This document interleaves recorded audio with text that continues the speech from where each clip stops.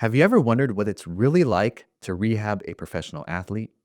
Hi, I'm Dr. Jason Hahn, CEO of HealthFit Physical Therapy and Chiropractic and former head of rehab for the Los Angeles Football Club. Today, I'm taking you behind the scenes of what it's like to rehab professional athletes, from their daily grind to cutting edge tools we use, and even the emotional toll injuries take, whether you are Gareth Bale or Carlos Vela, worth millions of dollars, or just someone trying to get back to your normal life. We all share the same fears and frustrations when it comes to injury recovery.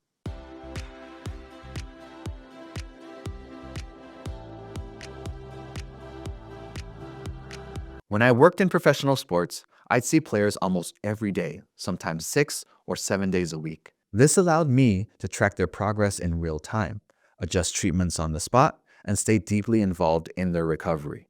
But here's what might surprise you. Professional athletes don't heal faster because they're special. They heal faster because of the resources, structure, and consistency built into their rehab plans. In contrast, when treating someone here at the clinic, I might see them 2 or 3 times a week. This means the accountability shifts. They have to put in the work outside of their sessions, and that can be a huge challenge when life gets busy. It's easy to think of someone like Gareth Bale with his multi-million-dollar contract as being different from the rest of us. But when an athlete suffers an injury, the questions are the same.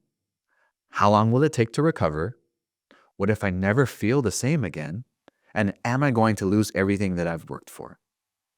Let me tell you, whether you're a pro athlete, a college player, or a recreational runner, those fears can be paralyzing. I have worked with athletes worth millions of dollars who've admitted that they were scared to trust their body again. They worry about re injury, losing their spot on the team, and not being able to perform at the same level. At the same time, I've seen high school athletes dealing with similar feelings. They're afraid of letting down their teammates, their coaches, or even their parents. Injuries humble all of us because that takes away the one thing we really rely on most, our ability to move without limitations. Whether you are Carlos Vela recovering from a hamstring injury or someone rehabbing from an ACL surgery, the core principles of rehab do not change. Number one, a detailed evaluation. The first step is understanding the injury. Was it a non contact injury, like an ACL tear, or caused by impact? What conditions contributed to it? Fatigue, poor mechanics, or even an old injury? We also evaluate the person's emotional state. Are they eager to push through the pain, or are they hesitant and guarded? In a professional setting, I might already know their personality. In the clinic, meeting you for the first time, it takes time to build that trust. Number two, strategic planning. Every rehab is personalized. Control inflammation with tools like hyperbaric oxygen therapy or light pulse therapy. Restore that mobility, that strength, and function step by step. And maintain your fitness levels. Here's where professional athletes have an advantage. They can immediately shift their focus to rehab without distractions. But for someone with a full-time job or kids, managing rehab becomes another item on their already full plate. That is why creating a realistic, sustainable plan is the key for anyone. Rehabbing an athlete isn't just about following protocols. It's an art. Take movement patterns, for example. As clinicians, we strive to improve mechanics, but many elite athletes, they thrive despite their imperfections. Correcting them too much can sometimes decrease their performance. Imagine telling a soccer player who's been scoring goals their entire life that their mechanics needs to change. That conversation requires trust, patience, and clear communication. It's not about perfection, but about finding that balance where they can move better without losing what makes them special. One thing people don't realize about rehabbing athletes is how much we focus on preventing deconditioning. Let's say Max Crepeau suffers an ankle injury and can't dive to save a goal. Does that mean he stops training? Absolutely not. Instead, we might shift to upper body aerobic activity work or put him on a bike to mimic the demands of the sport.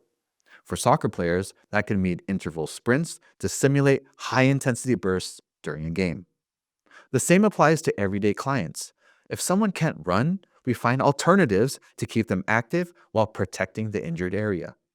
Research shows that staying active during rehab improves healing by increasing blood flow and reducing inflammation. One of the most overlooked aspects of rehab is understanding why the injury happened in the first place. Did poor hip stability lead to the ACL tear? Was weak core control putting extra stress on your lower back? Or were they overtraining or compensating for an old injury? This is where we connect the dots. If we only treat the injury without addressing the root cause, we are setting up the person for future problems. In professional sports, the transition from rehab to full training is seamless because of daily communication with the coaches and trainers. We carefully plan how much of the practice the athlete participates in, starting with light drills and building up to full gameplay. Here in the clinic, we don't always have that same access. That's why educating the clients on how to communicate with their coaches or trainers is important. The goal is to always bridge the gap so they're not just pain free, but truly game ready.